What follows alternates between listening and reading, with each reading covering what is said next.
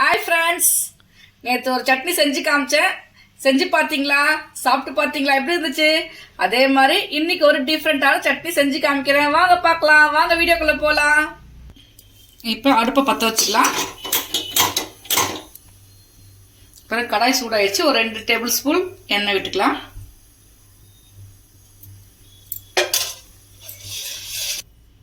எண்ணெய் காஞ்சிச்சுங்க. ஃபர்ஸ்ட் உளுத்தம்பருப்பு ஒரு என்ன சட்னி செய்ய போறேன்னா புதினா வச்சு செய்ய போறேன்.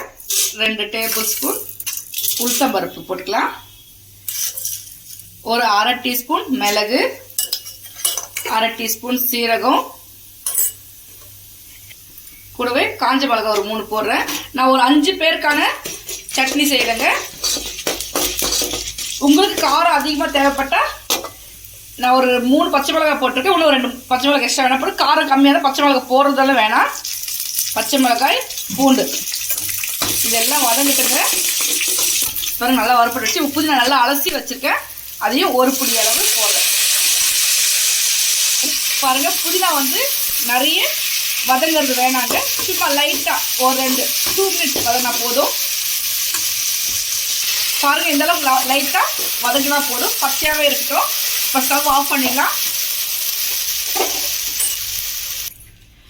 பாருங்க, நான் இதுக்கு இட்லி சட்னி பண்றேன். துவையல் பண்ற மாதிரி இதே புதினா துவையல் பண்ற மாதிரி இதே மெத்தட் தான். கூட கொஞ்சம் இஞ்சி போட்டுக்கலாம். புளியும் அதிலே போட்டு வதக்கிடலாம். புதினா கொஞ்சம் இன்னும் நல்லா வதங்கணும். நான் சட்னி பண்றதுனால சும்மா லைட்டா வதக்கி எடுத்துக்கிறேன். நீங்க துவையல் பண்ற மாதிரி இருந்தா நான் புதினா இன்னும் கொஞ்சம் நல்லா வதங்கணுங்க. இது நான் சட்னி பண்றேன், அதனால இதை லைட்டா வதக்கி எடுத்துக்கிறேன். இது கொஞ்சம் நல்லா ஆறட்டுங்க. நம்ம மிக்சியில் அரைச்சிக்கலாம். பாருங்க, மிக்சியில் போட்டாச்சு. இப்போ ஒரு அரை டீஸ்பூன் உப்பு, கல் உப்பு போடுறேன். பாருங்க, கொஞ்சமா புளி. சட்னிக்கு புளி அதிகமாக தேவையில்லை.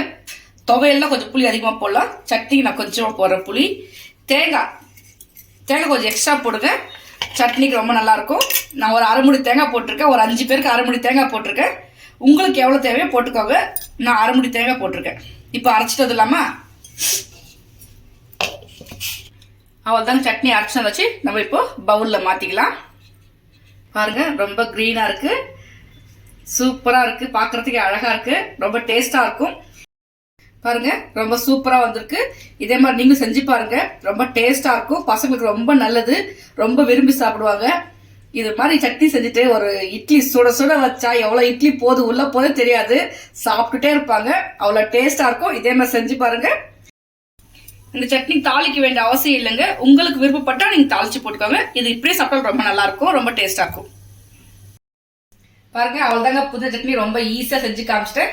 இதே மாதிரி நாளைக்கு ஒரு வித்தியாசமான சட்னியோட சந்திக்கலாம். பாய்.